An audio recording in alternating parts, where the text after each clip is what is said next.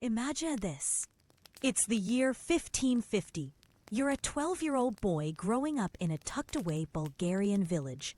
Morning consists of that silvery mist hugging the hills as you trail your father through dew-slick grass, shepherding a flock you've known all your life.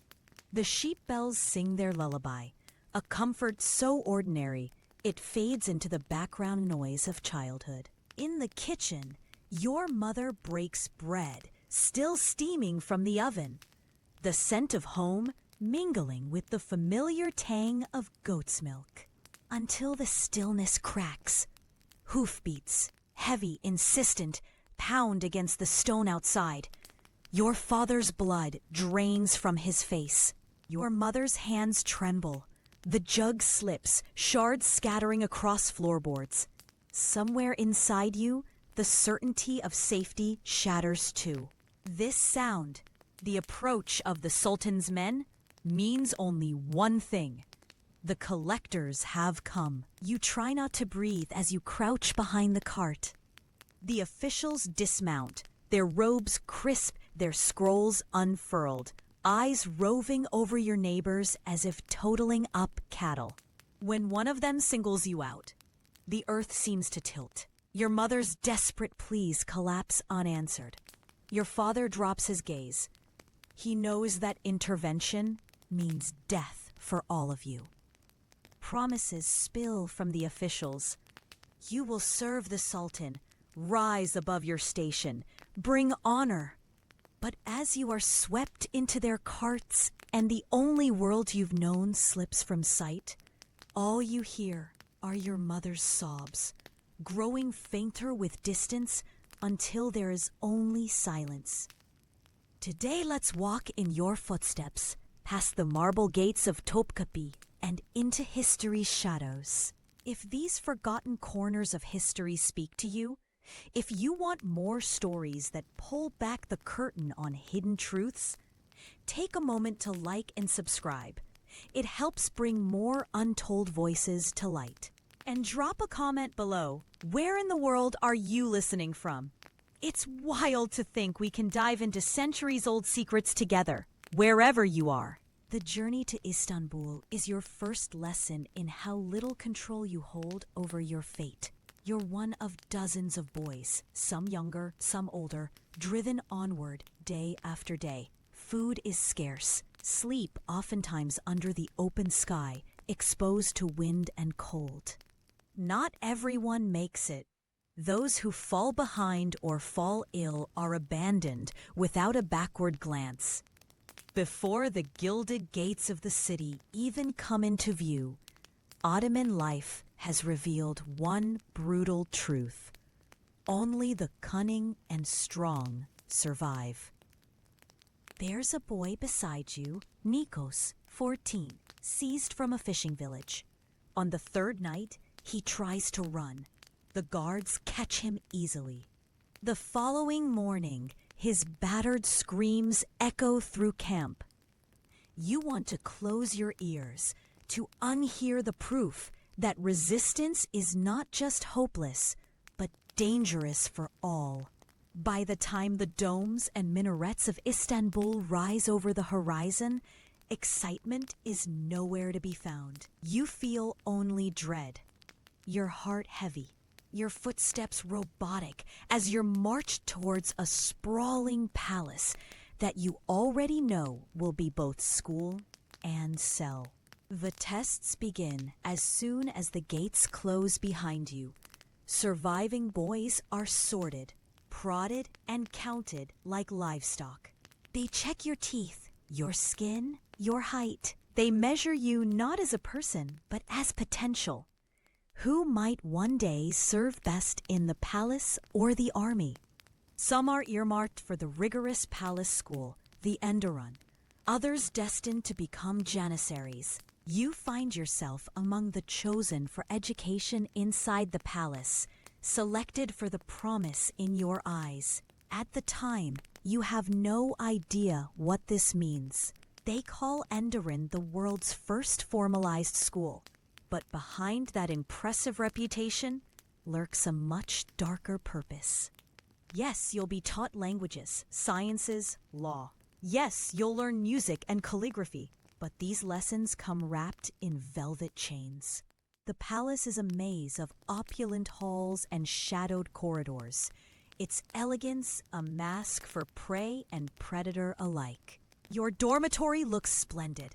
Marble, silk sheets, but lying awake on your first night, you hear other boys' muffled sobbing, whispers in foreign tongues, and the footfalls of those meant to watch over you. You squeeze the tiny cross your mother snuck into your hand, but it is gone by morning, seized like every other reminder of your life before. A new name, Mesmet, is pressed upon you, your Christian faith erased. Conversion is theater, ceremonial, public. They act as if you've chosen this. You haven't. Worse than the loss of your name and faith, though, is the chilling lesson that comes next. Hierarchies here aren't built through talent alone. Your first guide in this new world is Ahmet, been here for 3 years. He leans in close, voice soft, uninvited. I can protect you. I can help you. But you'll need to show your gratitude. His hand is heavy on your shoulder. The meaning is clear, even if the words are not. It's a system decades in the making. Older students wielding power, demanding tribute in ways no one should ask of a 12-year-old. Eunuchs, once victims themselves, become enforcers of this cycle. For boys like you, there is no safe path. Refuse and risk violence or worse. Comply and lose another piece of yourself. Some boys, like Dimitri, adapt. They flirt, they bend, playing the game until their food and clothing improve, their eyes turning glassy. Others, like Stephanos, refuse to yield, growing thinner and quieter, sometimes simply vanishing overnight. But every day brings fresh tests between humiliation and survival. The palace wasn't built for compassion. Occasionally, foreign diplomats catch glimpses of these hidden cruelties. A Venetian ambassador noting officials' particular fondness for young pages. A Frenchman describing children, on display, more beautiful than birds in gilded cages. The day-to-day grind wears you down. Tight spaces, relentless scrutiny, fixed routines that leave no room for rebellion. Punishments are administered in front of everyone, designed to turn you into a lesson. Your native tongue forbidden. Your joys turned to shame. That's not all. Every privilege becomes currency. Better food, access to books, a warm blanket. All earned through academic success or favoring your superiors. The system ties you to itself so tightly that loyalty and submission become the only measures of worth. Some try to escape. Few succeed. Most are recaptured, punished publicly. Even those who slip away find freedom nearly as hard as captivity. Family and old friends hardly know you now, and the skills you've learned matter little outside these palace walls. Years drip by. If you're lucky, you rise in status. Scholar, diplomat, someone important.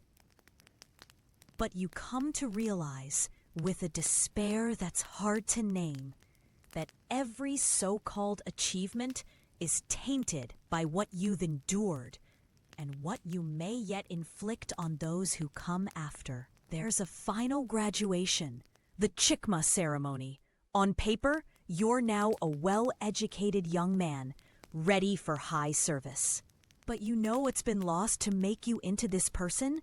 A self hollowed and rebuilt by the empire's needs. The palace system is lauded in history books. Advanced education, opportunities, social mobility. But this success was inseparable from carefully practiced cruelty. Even when later centuries softened the system, for generations of boys like you, the damage was already done. Many rose high. Viziers, generals, administrators. Many vanished, their stories reduced to names on rosters in dusty archives. The palace itself is now a museum, its secrets kept by marble corridors and rose-scented gardens. Tourists marvel, oblivious to the cost, the untold thousands of childhoods traded for imperial power. These stories, your story, as I've told it, are more than footnotes. They are reminders that beneath every golden age lies a graveyard of suffering, and that empathy for the past is as important as curiosity. The haunted footsteps you once took down palace halls may be long faded, but your struggle and the struggle of all the children caught in systems beyond their control echoes through time. If you want more forgotten history brought to light, make sure you're subscribed and share your thoughts below. Let's keep these silent memories alive together. Until next time, remember, the most beautiful palaces cast the deepest shadows.